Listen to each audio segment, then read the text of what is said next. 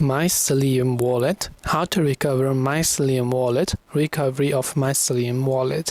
Now first of all, if you want to recover your MyCelium wallet, you must have backed up somewhere else. If you have not backed up, maybe you had entered it somewhere, then you won't be able to recover your wallet. So that's the thing you want to keep in mind first. And after you've done this, simply open up the MyCelium Bitcoin wallet application from your Play Store or your App Store. Now first, if you are actually trying to recover, we have to select the option called restore or backup, right? Otherwise you have to select the create new account, but since we're trying to recover our old one, we will select restore backup. Now enter the word list. So maybe your was maybe like 18 words or 12 words depending upon how much words you had, or whether you have a passphrase or something like that.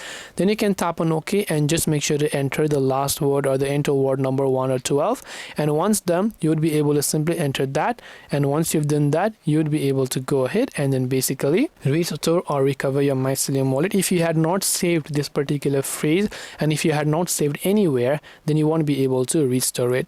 So I hope this video helped you. If you have got any more questions, feel free to leave them down below. Thank you for watching till the very end of this tutorial, and see you soon in our next video.